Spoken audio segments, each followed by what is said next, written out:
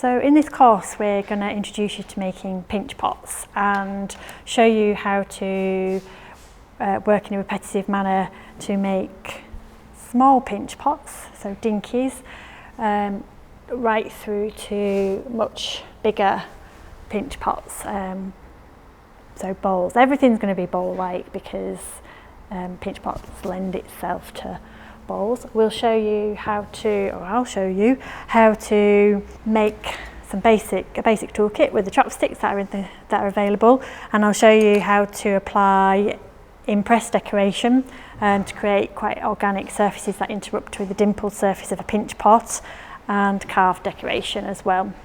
And then once you've done that, I'll show you how to attach and adjust pinch pot. So basically harvest the things that you've made earlier on for parts. So you'll be able to make a pinch pot with a foot. So 3 of those, small, medium and large. Theoretically they should nest if you've got your pinching right. So you can pop them inside each other. Oops, it's a bit wobbly. And then also, once you've done that, we will make a stacked form. At this point, we'll do a little bit of design work. You'll have the basics to be able to make the parts, and then I'll show you a couple of construction techniques to embellish this.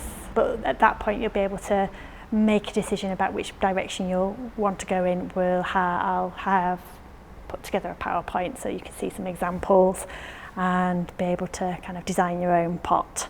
But in the first instance, we're going to make lots of small textured pots.